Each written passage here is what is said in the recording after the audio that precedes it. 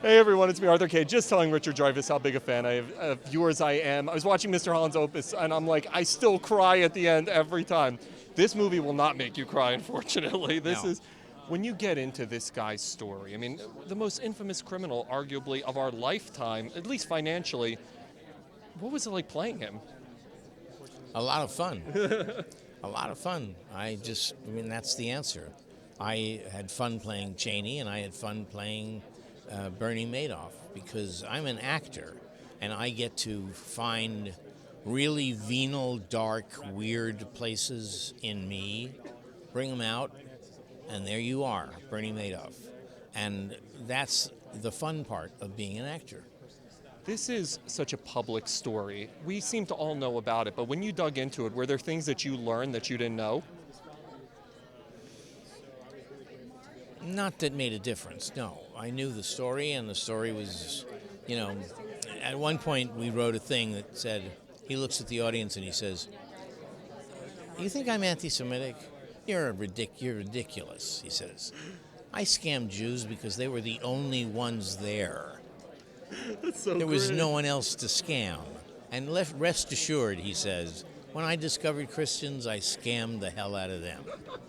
What type of research for you as an actor goes into playing him? How do you prepare? I have no idea. I don't. I couldn't tell you my process in a million years. But I do something, and basically what it is finding the character in me. And that's how I played Judy Kravitz, and that's how I played Bernie Madoff and Cheney and whoever. Every time I played a villain, I found it pretty easy to discover that everything they were accused of, I had already done. I was talking to your director, and it's fascinating because he was talking about how obviously Bernie was evil, but he wasn't an evil guy when you met him. He was just another guy. He had his good and his bad. Is there a way to still show that conflict, the good and the bad of Bernie Madoff? No, he was all bad, and he just performed good, and he performed it brilliantly. But the fact is, he was without any empathy towards the people he scammed, and he scammed bat mitzvah girls with as much enthusiasm as he scammed institutions. And there is no side of him that can be forgivable. It was all a performance to cover the fact that he wanted $50 billion for his wardrobe. He didn't give it to anyone else. He used it all by himself.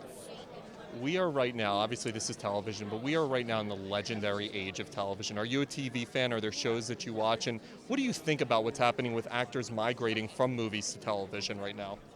I don't think of this as the golden age. That I went through the golden age, and this may turn out to be an extraordinary treasure trove of television work, but all on cable.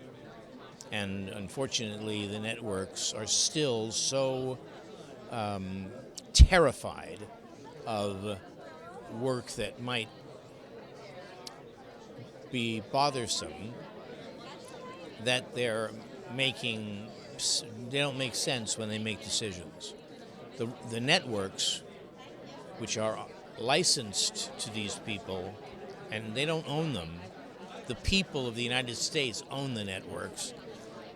All of that has been forgotten, and they're out to not offend, and they don't, no matter what.